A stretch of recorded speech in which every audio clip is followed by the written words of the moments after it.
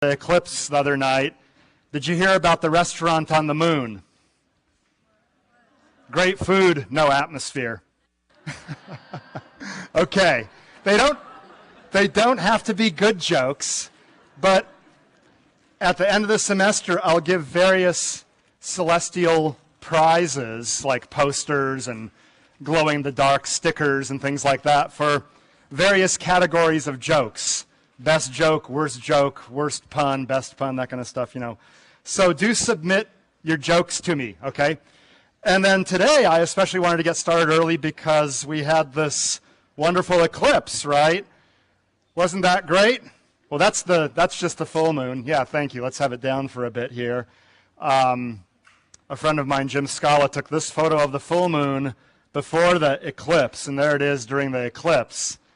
And you may have seen different coloring, different shading, depending on when you looked. How many of you actually went outside and looked during the eclipse? Holy moly, that's fantastic. Yeah, it was really a sight. Yeah, what question?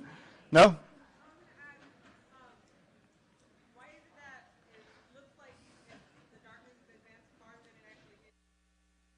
Oh, okay, the question, what's your name?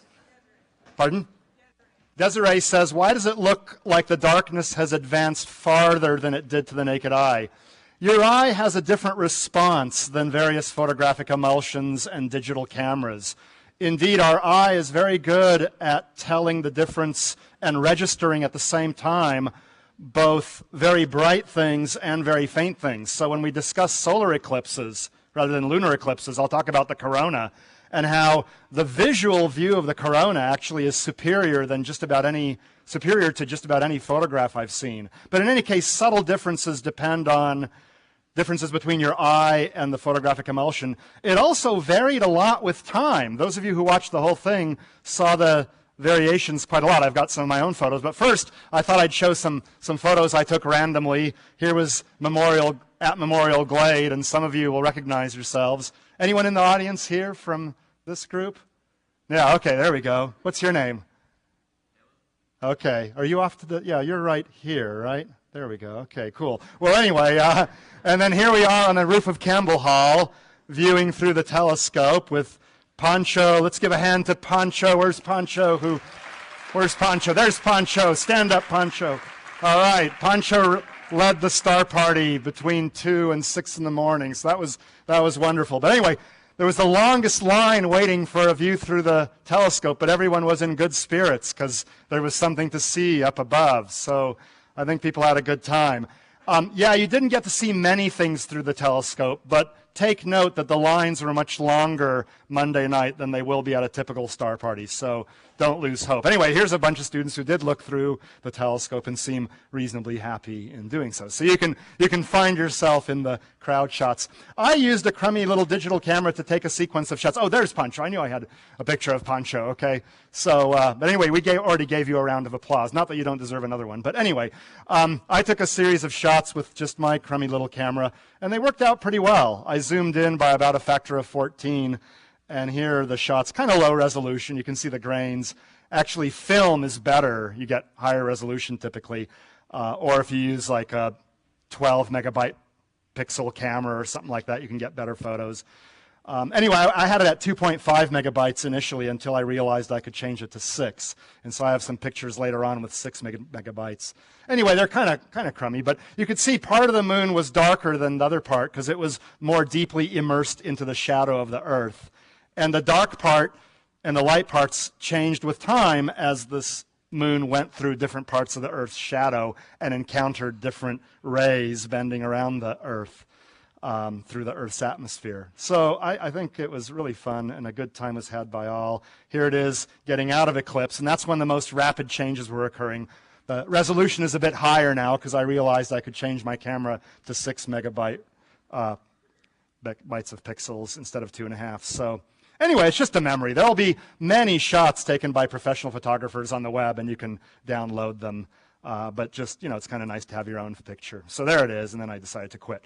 So anyway, here's a question for you. What would someone standing on the moon, on the side that we can see, the near side of the moon, have seen during the time when we were seeing a total lunar eclipse? Yeah, they were seeing a total solar eclipse. But unlike the case as viewed from Earth, where our moon perfectly covers the disk of the sun, Earth is about 4 times bigger than the moon, and so as viewed from the moon, the Earth looks a lot bigger in the sky than the moon looks from Earth. Okay, so yet the sun looks about the same size. So the Earth, as viewed from the moon, covers not only the disk of the sun, but the inner part of the corona and the prominences and other things that we'll later discuss. So lunatics, or creatures that live on the moon, do get total solar eclipses, but they're not as spectacular as the solar eclipses that we are privileged to observe. Anyway, if you haven't yet figured out why they would see a total solar eclipse, go and draw the geometry and stuff, especially after we've studied eclipses, and convince yourself. I like these kinds of questions, by the way. I tend not to ask rote memorization questions on the exams. Rather, I ask you to apply your knowledge to something new, figure something out, okay? I'm not saying that all my questions will be that way, but some of them will be that way. I like these kinds of questions. Okay, let's get started. It's 3:12. I'll always play some music appropriately themed before class. That'll precede the jokes and other announcements. A couple of announcements just quickly.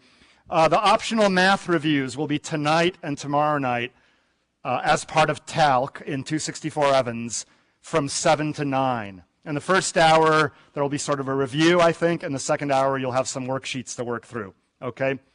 Now, if you're on the wait list, just stick with it. You'll get in. I can pretty much guarantee that anyone on the wait list right now will get in, because some people will realize this class is not for them and they will drop. Happens every time, okay? So don't worry about it. Just do the work and you will get in. On Mondays and Wednesdays, just like today, that was great. You didn't block the doors. Wonderful. Fridays, there's no class before hours or after hours, so we can come in a leisurely way and we can stay later. Okay, this has come up with a number of students. You've asked me, well, you haven't received any email messages from me.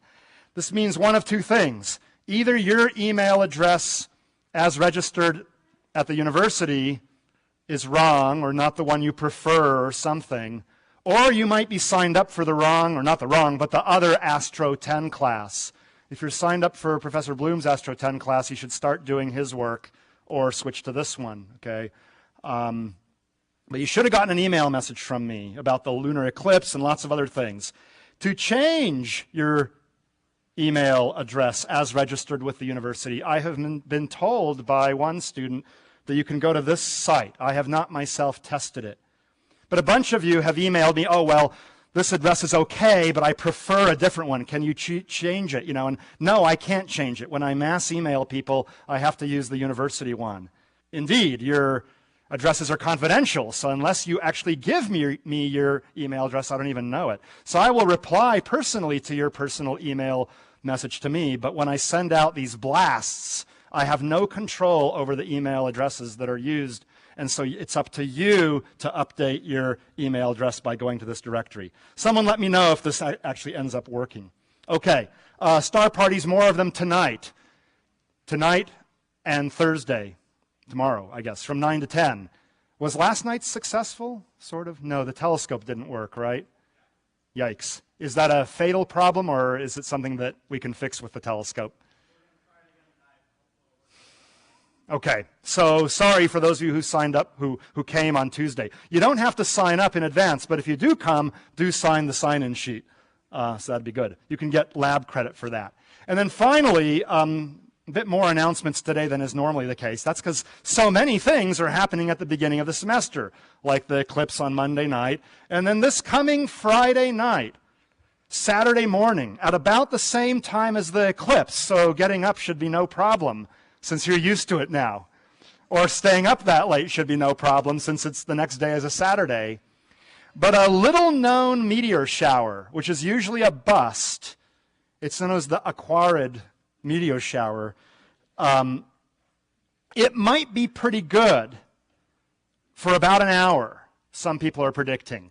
Now, this is not at all as exact as science as predicting lunar and solar eclipses, and that's because meteor showers come from the debris of disintegrating comets. We'll talk about all that later. And we don't really know where the debris is. We can't see the individual pieces, but clumps of debris go flying off of dying comets, and they're somewhere out there.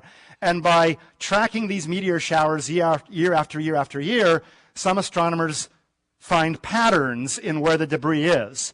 And at least according to some predictions, the Aquarid meteor shower this year might be considerably better than average for about an hour, right around 4:33 a.m. Pacific Daylight Time. We could see a bunch of bright meteors, or it could be a complete bust. Okay, we just don't know. But there could be some good ones. Unfortunately, the waning gibbous moon will get in the way. It'll wash out the faint ones. But in the past, this meteor shower, when it has shown an outburst, has shown a preponderance of relatively bright meteors compared to other showers. So there's a chance that we'll see some bright meteors. If you can get away to someplace really dark, like up in the hills or something, or in the Central Valley, or maybe, the hills past Livermore, that'd be great. But barring that, I know most of you don't have cars, I suggest we meet at Memorial Glade, or you can observe on your own wherever you want. But as a group, we can meet at Memorial Glade and have kind of a party. That's west of Evans Hall. And I claim that with the gibbous moon, the fact that we'll have some stray city lights and Berkeley lights won't hurt as much as if we had had a new moon, no moon, because the moon will be bright anyway, so in a sense, the extra city lights don't hurt as much, right? If you've got a bright sky anyway, adding a few more lights doesn't do much. That's why astronomers really like the time of the new moon, because the skies are dark and we can see faint galaxies and stuff. So anyway, the point is, if you want to participate in the party, let's show up between 4 and 5 a.m. Actually, come for the whole interval, because we don't know exactly when the peak will occur. I might show up at 10 minutes to 4, or quarter to 4, and I plan to stay till around 5:15 or 5:30. Okay, so I'll be there, and if you want to go there, that's great. And if you want to observe from somewhere else, that's great. And if you want to sleep, that's fine too. But you can get lab number 7 credit for doing these observations and writing a few things down about what you saw. Look at lab 7 in the course reader, page 137, I think. By the way, a number of people have now come to me and have said that they have a book from somewhere and the bookstore has run out of packages. I just had a bunch of people approach me this afternoon about this. So I called up the bookstore and I struck a deal with them. I think it's better if you don't have either of the book or the reader to just buy the package, okay? But if you have the book and you want to get the reader separately, I've convinced the bookstore people to tear apart the package and sell the reader separately. They're only going to do that to about 20 packages.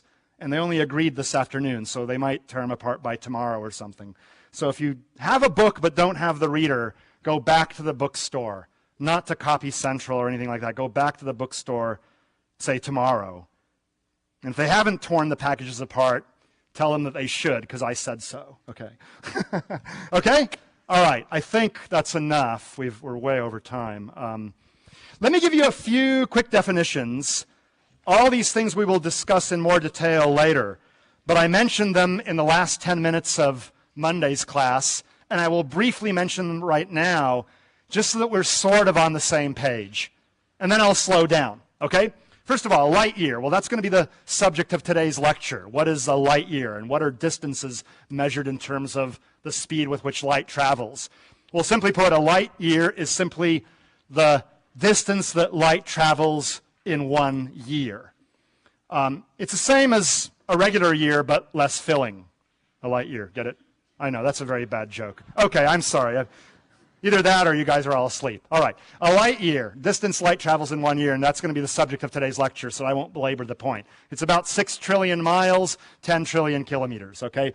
And for example, this galaxy, which you'll be able to see through our telescope if we can get it to work later in the semester, this is the Andromeda galaxy. It's 2.4 million light years away, and each light year is, 6 trillion miles, so it's a long way. And it's 100,000 light years across. These things are big. All right, what's a star? Well, a star is a self-luminous ball of gas, gravitationally bound. in whose center there are nuclear reactions occurring, and that is what is fundamentally causing the light that is emitted.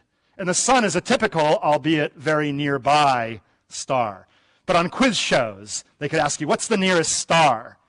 If you say the sun, you're right. If they tell you you're wrong, you could argue with them and sue them and something, I don't know. Maybe they'll tell you that no, Alpha Centauri is the nearest star or something like that. But I would claim you would have a legitimate point, a legitimate gripe, if you said that the sun is actually the nearest star. Okay, but here's a bunch of somewhat more distant stars. In fact, they're a lot more distant. The sun is by a large factor the nearest star, and that's why all the other stars look like little points of light. But think of them. They're all suns way out there, okay? All right, what about a planet? Well, a planet, you might think it's a simple definition, but in fact it's been the source of much confusion and controversy, especially the past year with the business of Pluto. But anyway, basically a planet is a body that orbits a star, and it's big enough for it to have overcome its internal rigidity or strength. So it's not shaped like a laser pointer or a pen. This is not a planet. You might not have needed me to tell you that, but in case you weren't sure, this is not a planet, but something that's able to overcome its own rigidity, its internal strength of materials, and be governed more by gravity and achieve a roughly spherical shape. That's a planet if it orbits another star. But there's a caveat. It can't be so massive that nuclear reactions have ever occurred or will ever occur in its core. Because if that were the case, then it would be a star. All right. And, so here's a planet, happens to be Jupiter, and here's some moons orbiting Jupiter, and I love this sequence. This was taken by Sylvain Weiler in France, and you can see both the planet rotating and the moons going around the planet, and they're casting shadows on the ball of the planet, so people there on those black spots would see eclipses of the sun. And right now, in a minute, there will be a double solar eclipse. Boom, right there. Is that wacko or what? It's like the people there would see these two moons gradually covering the sun for a double eclipse. Did you see the two shadows merge? Yeah, that never happens here on Earth, okay? Because we have one moon as far as astronomers can tell. But that's really cool. Anyway, but Pluto, as we will later see, doesn't fall in this category, and that's because it's part of a swarm. And I think somewhere in the notebook there it says, yes, that it's not part of a swarm of other large objects. That can disqualify an object from being a planet. What about a planetary system? Well, that's just a bunch of planets orbiting some other star, or our own as well, but we usually refer to our own as the solar system. Okay, but anyway, here's an artist's view of our solar system. But other planetary systems exist. We now know that. It's no longer speculative. And we'll talk about all this much more later on. What about a galaxy? Going from the small to the big, a galaxy is a large, gravitationally bound collection of stars. Often 100 billion or 10 billion stars in a galaxy. They might be 5 to 200,000 light years across. And so here's a picture of a galaxy. You can't see most of the individual stars in this galaxy. You can see a few of the brighter ones, but there are these beautiful arms, and there are clusters of stars in these arms and clouds of gas that we call nebulae. And this whole thing might be 100,000 light years across. So that's really amazing. And then there's the universe, and that's basically all that there is. All the planets, all the stars, all the galaxies, all the dark matter, all the dark energy I'll talk about later. Basically all that there is, the stuff we can see, and even the parts of the universe that we can't see beyond the distance from which light could have traveled. Now, as I mentioned sportingly sort of on Monday, we now seriously think that there could be other physically distinct universes, like a bunch of separate bubbles floating around in some grander hyperspace, the multiverse. But that's really quite speculative. We have no evidence for that. It's just a speculation based on what we think we know. Okay, so that's just a bunch of definitions. That was quick. We'll go through them all much more in much more detail later on, but I wanted to at least give you some of the vocabulary. It's sort of like, right, you can never read a dictionary, right?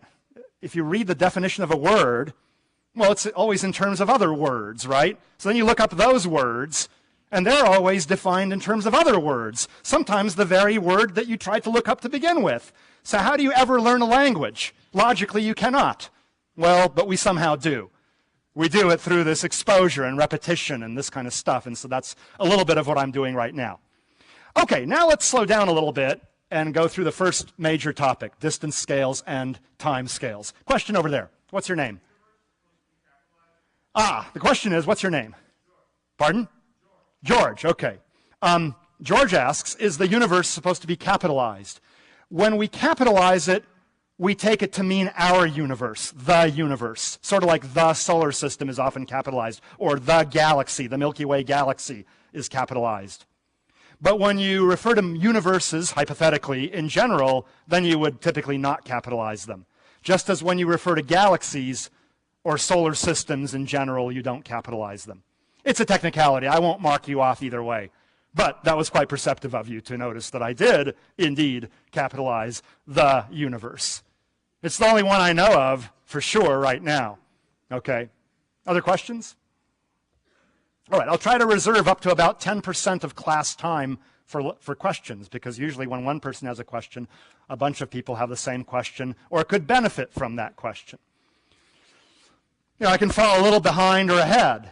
There's no particular thing that I have to cover any particular lecture. We just can't fall too far behind, and we don't want to get too far ahead. But there's some slop in all of this. Okay, so let's start with time scales. Did I not press the button? Okay, time scales. I'm going to define and describe 7 what I consider to be important times in the history of the universe. There are many more than 7. Those of you who are taking notes, why are you doing that? What have I said so far that has been particularly illuminating about that slide? Nothing. The slide is in your reader, or will be when you purchase a reader. And you really can't get by in this class without a reader. So take notes when I say something extra that might help you understand or remember something. But don't transcribe these slides, because they're all here. Listen, my children, not that I'm saying, listen, my children, and you shall hear of the midnight ride of the Paul Revere. Not that you're kids, but listen to what I'm saying and absorb the wonders of the universe. Okay, don't take notes. There are many other times you could define that are important or special, such as your birth.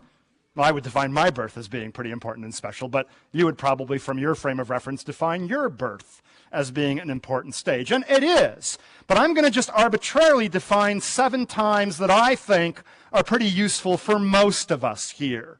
Okay? The birth of the universe was a pretty important step along the way to our creation, I would suggest. And I doubt that many of you would argue with me on that point, right?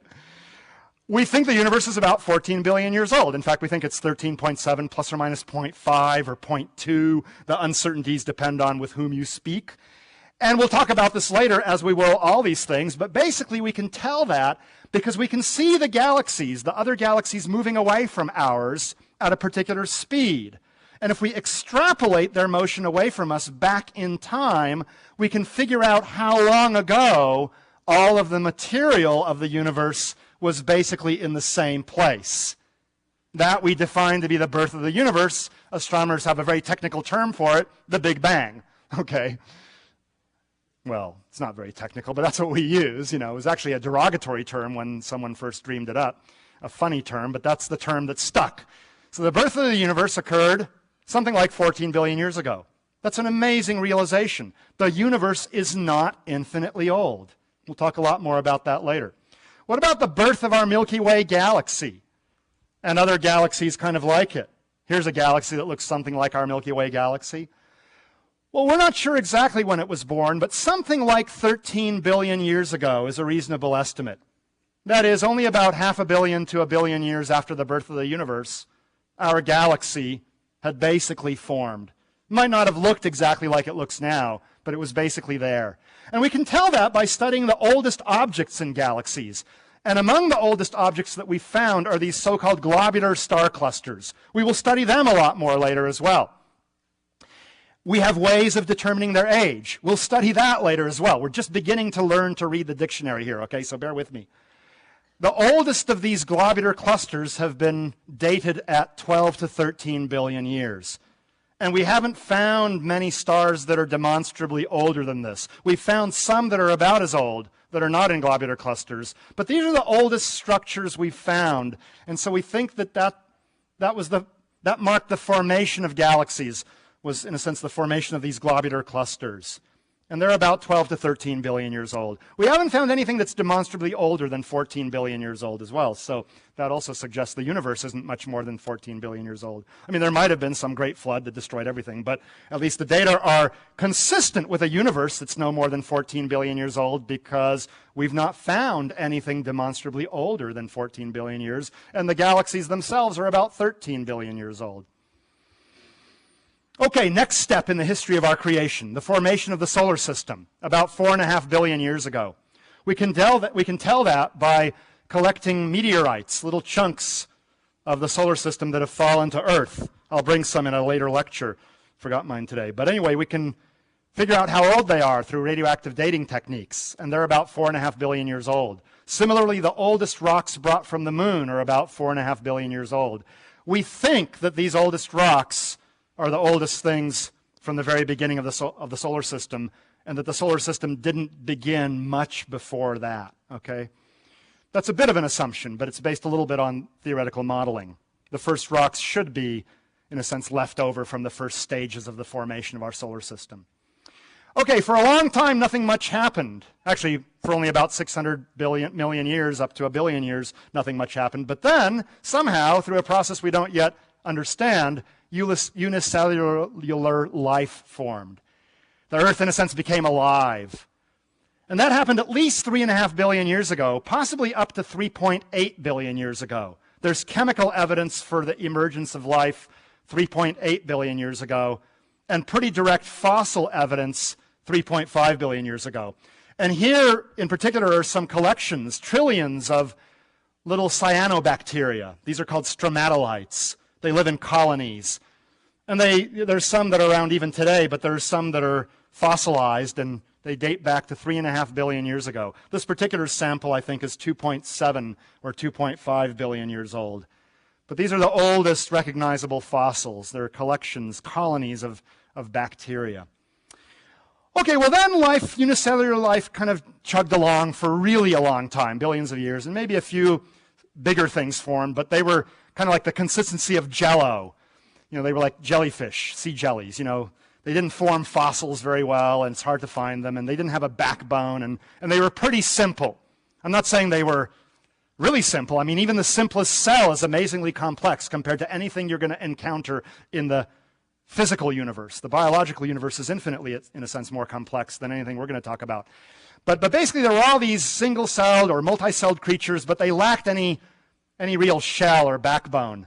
And then there was this Cambrian explosion about 550 million years ago, where there was amazing diversification of the life on Earth. And in particular, lots of hard-bodied creatures appeared. And the most recognizable ones from this era are the trilobites. And I forgot my own trilobite from my office, but I have here, for those who want to look at after class, a fossilized ammonite. This thing is from 400 million years ago. And here's some sort of a cephalopod thing. Where's my little sheet of paper? Oh, you have it. Great. Your name is Jason. Got it. Okay, Jason, a cephalopod. This one's from 450 million years ago. This one's in the Sahara Desert. Anyway, these are squid-like creatures, and they formed fossils easily because they had hard shells and stuff. And there was this incredible diversification which led to more complex creatures on Earth. And there's some evidence that these episodes of enormous diversification follow episodes of mass extinction here on Earth. Life sort of chugs along in a Darwinian way with slow evolution, and then wham, something hits the Earth, either from outer space or rampant volcanism or climate change of a very rapid sort occurs, and a bunch of things die and new things then emerge. And in that emergence of new things, there is often seen a greater diversification. The next diversification will probably occur when we get killed off by some extraterrestrial or terrestrial mass destruction. Hopefully, we're smart enough to figure it out, to predict it, and to find ways to avoid it. We'll talk about comets and asteroids crashing into us later. It is notable that 65 million years ago, 2/3 of all living species were killed quite instantly. all right, over a short period of time. I mean, I don't mean a microsecond, but over a short period of time. And I gave you the evidence on Monday. Here's a photograph taken back when the dinosaurs were killed because of some comet that crashed into the Earth right off the coast of Yucatan. The crater has actually been identified. It's subterranean. Anyway, no, I'm just kidding you. I see people taking notes. Photo taken when the dinosaurs were... No. Artist's impression of what happened, okay? It's a joke. Yes. It's a joke. You can write down this is a joke, Pancho says. Okay. Anyway, there have been other such extinctions. The Permian, whatever it was called, 220 or 30 million years ago, wiped out like 90 or 95% of all species. So that was a little one 65 million years ago. Gee, that was only 2/3 of all of life. Was it Permian? Someone tell me. Permian? Pardon? No, it's 220, but what was the name? Permian extinction. Okay, I thought there was another name associated with it, kind of like the 165 million years ago was Cretaceous Tertiary, because it was the boundary between the Cretaceous and Tertiary periods. Okay, so that opened up the door for mammals and things to start thriving. And somehow, early hominids formed about 4.5 million years ago. They keep changing the date as they find new bits and tiny pieces of skeletons in Africa and stuff. It still amazes me that from some little tiny thing, well, some little tiny fragment of a bone, they can tell that there's a whole new species. You know, it's wonderful work. A lot of it is done here at Cal. But anyway, hominids appeared about 4.5 million years ago, and Homo sapiens occurred about 160, 150, 140,000 years ago, something like that. This is a skull of Rhodesia man from 120,000 years ago, and you can see it's beginning to look quite a lot like the modern human skull. Not quite, but a lot like it. Okay, so that's 7 important events. Let's take a look at a sense of scale of when these events occurred. If you were to compress the 14 billion year history of the universe into one 24-hour period and ask yourself, when did these various events occur? Okay, that would give you some idea of sort of, you know, instead of talking about millions and billions of years, you would be in more familiar territory, a 24-hour clock.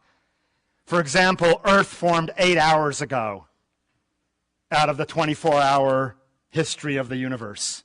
Earth formed 8 hours ago. Now is 0. Okay, we're here now. Homo sapiens appeared about 1 second ago. Your reader has 2 seconds. That was a typo. I'm sorry. It's 1 second ago. I'm not going to test you on that. You should be able to figure these things out. But 1 day is 86,400 seconds. Do the ratio. 160,000 years ago relative to 14 billion is what relative to 24 hours or 86,400 seconds? See that ratio? 160,000 years to 14 billion years is X to 24 hours, or 86,400 seconds. If you do that, you'll find that Homo sapiens appeared 1 second ago on this 24-hour clock. We are a very, very recent addition to this wonderful planet, Earth. A long human life of 100 years is 6 10,000ths of a second, or 0.6 thousandths of a second. There goes your life in the history of the universe in the 1 24-hour period. Okay? Make the most of it each and every day. That was your life. It's gone. It's over. I'm not showing up on Friday. Okay. Oh, sorry. No, anyway. Okay. Astronomical time scales are very long. Play with these ratios and things. Questions on timescales? All right. Even more interesting, I think, are the distance scales, because they can go on even farther. The universe has a finite age, but it may be infinite in size, or at least way, way, way, way, way, way, way, way, way bigger than the distances to which we can see. So let's consider these vast distance scales. You're going to have to put yourself in a different frame of mind to grok these things, okay? Let's start with the average distance between the sun and the earth, 150 million kilometers, 93 million miles. There's a lot of zeros to carry around. First of all, stop writing down lots of zeros. Get used to what we call scientific notation. 1.5 times 10 to the 8. You write the number as something between 1 and 10, in this case 1.5, and you count how many spaces over. 1, 2, 3, 4, 5, 6, 7, 8. How many spaces over does it take to get to the end? Or how many spaces to the left if you're talking about a number less than 1. Okay, so use the scientific notation. There will be a math review on this tonight, tomorrow night, and in your discussion sections. Anyway, so use scientific notation. Also be familiar with conversion of units. 1 kilometer is 1,000 meters, 1,000 meters. So 1.5 times 10 to the 8 kilometers is equivalent to 1.5 times 10 to the 11 meters. Okay, so become familiar with unit conversion. In any case, even if you use scientific notation, these numbers don't give you a good feeling for things. I could tell you how far away Jupiter is in kilometers, and you'd say, okay, yeah, fine. It would be much more instructive, much more intuitive if I told you the distance of Jupiter relative to the distance of Earth from the sun, right? Turns out Jupiter is 5 times as far away from the sun as Earth is. We say Jupiter is 5 astronomical units from the sun because the Earth is 1 astronomical unit from the sun. 1 AU is 150 million kilometers. So the Earth is 93 million miles, or 1 astronomical unit, away from the sun. And Jupiter is 5 of them. Pluto is typically 40 of them, 40 astronomical units. There's a spacecraft finally on its way to Pluto, New Horizons. So those are useful units in our solar system, astronomical units. But they're woefully inadequate when discussing the distances of stars. Stars are some, hundreds of thousands, millions, even billions of astronomical units away. Again, you're dealing with big numbers then. Let's get away from them. Let's use a different unit. One based on a very fundamental thing, the transmission of light through a vacuum. Light travels not infinitely fast, but darn fast through a vacuum. 300,000 kilometers per second, 186,000 miles per second. It's always traveling at this speed through a vacuum. Doesn't matter what color light you're talking about or anything like that. Moreover, we think that's the fastest possible speed through a vacuum. Light slows down in water and air, and you can go faster than light in those substances, but not faster than this global maximum of 300,000 kilometers per second. The speed of light, very fast, constant through a vacuum, and the limiting speed at which any signal can propagate. It's fantastic. Indeed, on my t-shirt today it says speed limit, 186,000 miles per second. Not just a good idea, it's the law. Okay, I know, these t-shirts are kind of corny, but you got to admit, one good reason to come to class, or one reason, might not be a good reason to come to class, is simply to see which t-shirt I happen to be wearing that day. Many of these t-shirts I bought long ago. I realize they're getting to be a bit small on me. That's because they shrink after many washings, not because of, other possible factors. Okay. I'll always have a t-shirt relevant to the day's lecture. So let's see how we can use the speed of light in a convenient way to discuss distances, okay? Distance scales, or distances, can be described in terms of the amount of time it takes for light to reach us from that object. So let's take a simple, familiar example, since many of you looked at the moon on Monday night, and all of you have looked at the moon at some time or another. It'll turn out this isn't so convenient for the moon, but it illustrates the concept. How far away is the moon in terms of light travel time? Well, the moon is 384,000 kilometers away. Okay? If something is traveling at a constant speed, then the distance it traverses is equal to the speed multiplied by the time. Distance is speed times time. If you're going to LA over Labor Day weekend and it's 360 miles away, let's say, for kicks, it's a bit further. Let's suppose you're traveling at 60 miles an hour constantly. 60 miles an hour times 6 hours is 360 miles. Without pit stops, you're going to get there in 6 hours, okay? So this is the right formula to use for something that's moving at a constant speed, as light does through a vacuum. So through simple algebra, you can divide both sides of the equation by v. If you're rusty on this, don't worry. There's not going to be that much of this in this class, but there will be some. But you'll go through it tonight at Talc or in your discussion sections, and there will be homework questions to help you with this. I realize this stuff is rusty for some of you.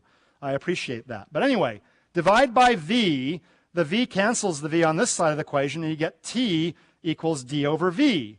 That's the general equation. Applying it to the speed to light, you get that v is equal to c, so t is d over c. Okay, great. So how long does it take for light reflected from the moon? It's sunlight, by the way, reflected by the moon. How long does it take to get to the Earth after reflection? Well, the distance is 384,000 kilometers. The speed is 300,000 kilometers per second. It's easiest if you express these in scientific notation. Do the calculation. You can almost do it in your head, especially if you conveniently cancel out these 10 to the 5 factors here. You get that it's 1.3 seconds. So it took light 1.3 seconds to reach us after being reflected by the moon. We say that the moon is 1.3 light seconds away. And just as a light year was a regular year but less filling, a light second is a regular second but less filling. The joke is just as bad the second time around, isn't it? Anyway, so here you are, you're looking at the moon, you're seeing it as it was 1.3 seconds ago, and you might say, well, big deal. Well, it sort of is a big deal, because if you were around back when the astronauts first landed on the moon, and I realize most of you were not, and it's showing my age, hey, but it's better than not being my age, right, eventually, right? So consider the alternatives. Mission Control would talk to the people up at the moon, and they would say to Neil Armstrong, hey, Neil, how does it feel, to step on the moon? And, several seconds later, Neil would say, oh, it feels great. It's really great. And 3 seconds would go by, between the question and the answer, and you think, is this guy a little bit dim or something, This, by the way, isn't Neil Armstrong. This is Buzz Aldrin. There are no pictures of Neil Armstrong. That's because Buzz conveniently forgot his camera on the moon. That's what he says. But anyway, he forgot it. So all the pictures are of Buzz Aldrin. Is that great or what? Anyway, you think, is this guy a bit dim or something? Well, no, he's not dim, and he's not on some euphoric high. Well, he probably is, but he can still speak without a delay of 3 seconds. What's happening? Yeah, it took a while. It took 1.3 seconds for the radio waves carrying Mission Control's signal to get to him. And then it took 1.3 seconds for his reply to come back, for a total of 2.6, and it takes you a fraction of a second to answer. So yeah, it's about 3 seconds of a delay. All right? So that's what the delays are caused by if you go back and listen to the original NASA Apollo tapes. More fundamentally, though, this is a somewhat trivial example of looking back in time. We're only looking back 1.3 seconds. So that's not very interesting. But as you'll see in the next few examples, it becomes much more interesting as you start considering progressively more distant objects. So let's do that. The time it takes for light to travel is proportional to the distance. Again, most lectures are not going to be this math intensive, but I wanted to introduce a little bit to begin with, because if this is totally not your bag and you just don't want to deal with it, you can drop immediately. Please wait 10 minutes until the class is over, but there's going to be a bit of math in the class, but not that much, and we'll go through it in section. But here's an example of the kind of math there will be. The time it takes for light to travel is proportional to the distance. After all, t was equal to d over c, which is 1 over c times d, and c being a constant, well, its reciprocal is a constant also. So it's always the same, regardless of which object you're looking at. So the light travel time is proportional to the distance of the object. It doesn't depend on anything else. T is proportional to d, this alpha-like sign. It's not quite an alpha, it's infinity, okay? So let's use an example illustrating the use of ratios. What would be the light travel time from the sun if you already know the light travel time from the moon and you know the relative distances between the sun and Earth and the moon and Earth? Using those things, but without knowing perhaps the absolute quantity, the astronomical unit, what is the light travel time from the sun? Well, I can write down 2 equations. The travel time from the sun is proportional to the distance of the sun, with 1 over c being the constant of proportionality. Similarly, the light travel time from the moon is proportional to the distance of the moon, with the constant of proportionality being, once again, 1 over c. So divide one equation by the other. T sun over T moon, that's this part here, equals all this stuff divided by all that stuff. But the 1 over c's cancel out, so you get an equality. The constant proportionality canceled out, so you now have an equality. That ratio of times is equal to the ratio of distances. Okay? Is that pretty clear? Good. Knowing somehow that that the sun is 390 times as far away from the earth as the moon is. You might not know that. You don't have to memorize that. I don't care. But suppose someone told you that, then you could figure out the light travel time from the sun without actually knowing the sun's physical distance in kilometers or miles. Suppose you forgot what an astronomical unit is. All right? Well, so this thing here, d sun over d moon, I claim is 390. You can look it up and plug the numbers into a calculator if you want, but it's close enough, 390. So t sun over t moon must be 390, and we just figured out what t moon was. It was 1.3 seconds. So I do that substitution, and I come out with 500 seconds, which is 8 1/3 minutes. So the light that you are now seeing, except for this ceiling, when you go outside and you look at the sun, the light that you are instantaneously seeing left the sun a little over 8 minutes ago. Okay? You're seeing the sun as it was a little over 8 minutes ago because the light doesn't travel infinitely fast. It takes time to get from the sun to us. The sun is 8.3 light minutes away. Light seconds, light minutes, light years. All joking aside, they are units of distance, not time. Yes, minutes, seconds, and years are units of time, but light minutes, light seconds, light years are units of distance. They are the distance that light can travel in each of those units of time. So you're looking at the sun and you're seeing it as it was a little over 8 minutes ago. Okay, you can say yawn. This still isn't very interesting.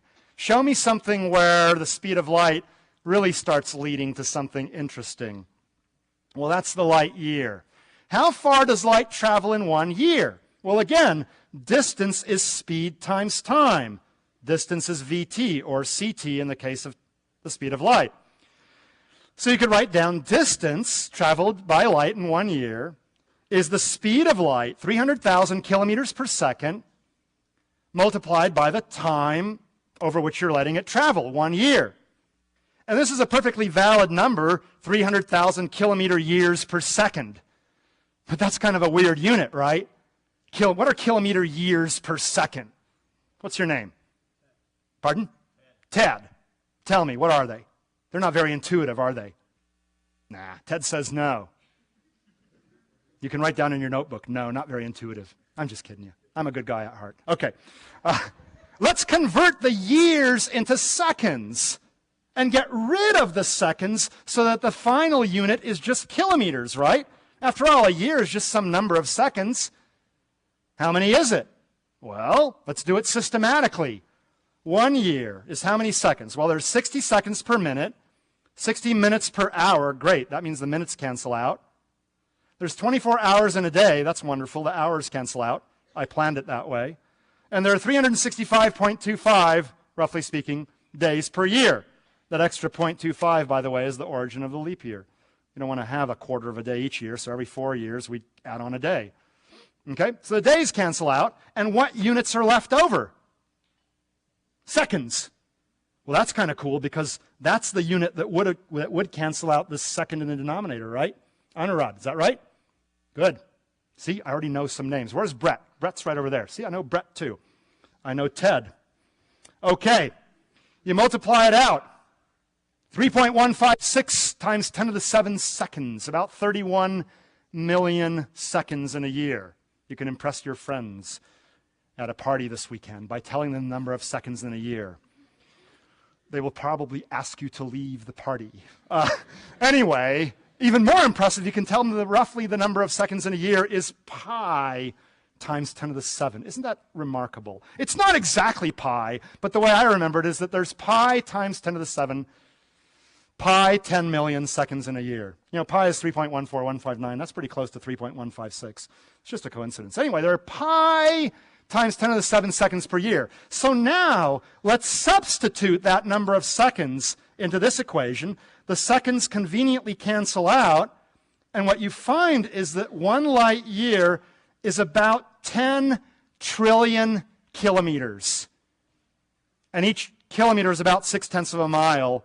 So that turns out to be about 6 trillion, 6 million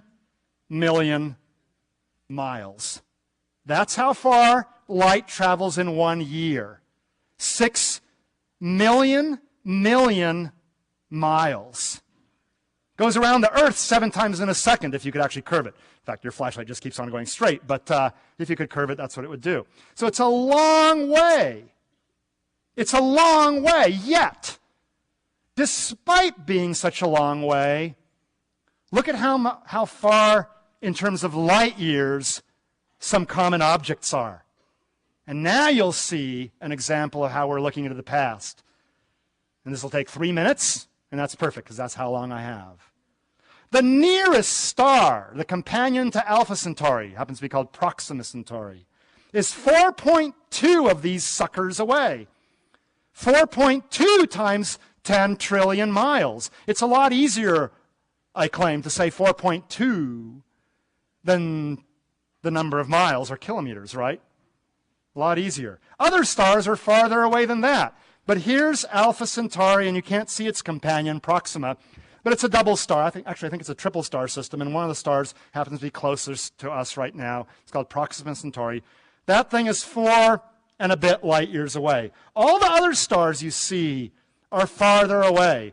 Typically, but not always, the brighter ones are the more nearby ones, and the fainter ones are the more distant ones. That's the general rule of thumb, but it's not always the same. It's not always correct.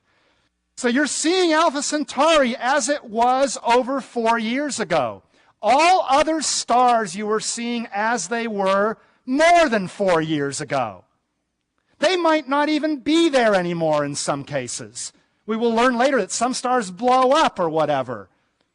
Now, most of the stars you see in the sky, I can guarantee you, are still there. We know what kind of stars they are. They're not about to blow up. But at least in principle, some of the stars you see in the sky might not even exist anymore. All right?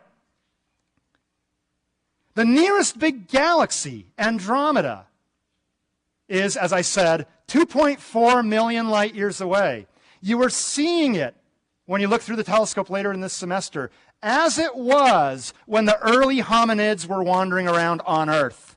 Homo sapiens did not yet exist, not by a long shot, not by more than a factor of 10 or 15, in fact.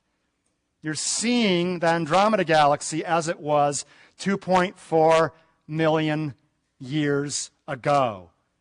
And essentially all other galaxies, with the exception of a few nearby examples, are farther away than the Andromeda galaxy. The ones I'm showing here are billions, in some cases 7, 8, even 9 billion light years away. These little tiny specks here, those are all galaxies, billions of light years away. And so you are seeing them as they were billions of years in the past. The finite speed of light, get this, the finite speed of light gives us effectively a movie of the past history of the universe. By looking progressively farther and farther away, you're looking progressively farther back in time. And by assuming, and you have to justify these assumptions, but by assuming that we live in a typical place in the universe and that we are observing typical places far away, we can come to some understanding of how our place in the universe used to look by looking at other representative, typical parts of the universe. This movie of the history of the universe gives us effectively a fossil record of the history of the universe. This is one of the single most fundamental concepts of the whole course, and you've encountered it in Lecture 2. See you on Friday. Thank you.